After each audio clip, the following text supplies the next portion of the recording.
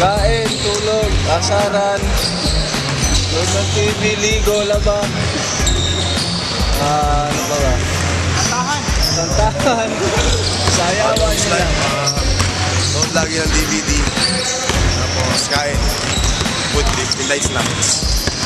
Dalas na ako matulog. Ginagawa namin sa dorm kahit tulog. Wala lang, pahinga lang. Tapos, okay ka, mahinig lang ng music. Facebook. After practice,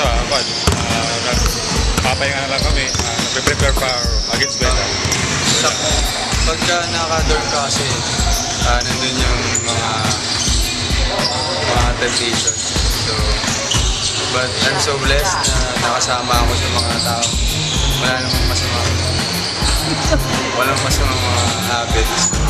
Siyempre, hindi yung mga painamin ng konti after game.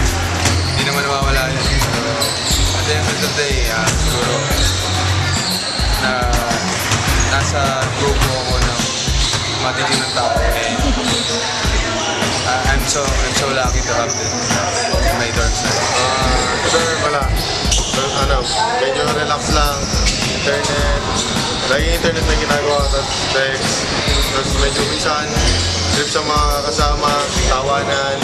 Ayun, yun lang. Parang relax lang siya doon. Wala naman ginagawa.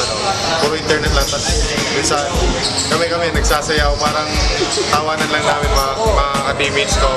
Parang libangan lang namin kasi meron kaming sound system sa dorm. Pag hindi kami nag-internet, nagpapasounds kami. Tapos yun lang. Tapos after ng sounds, internet na naman. Basta yun lang, internet, sounds. Yun lang yung ginagawa namin. Tulog, kumain, gumising.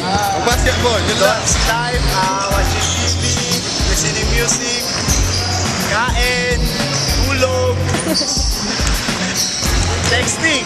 Ayun.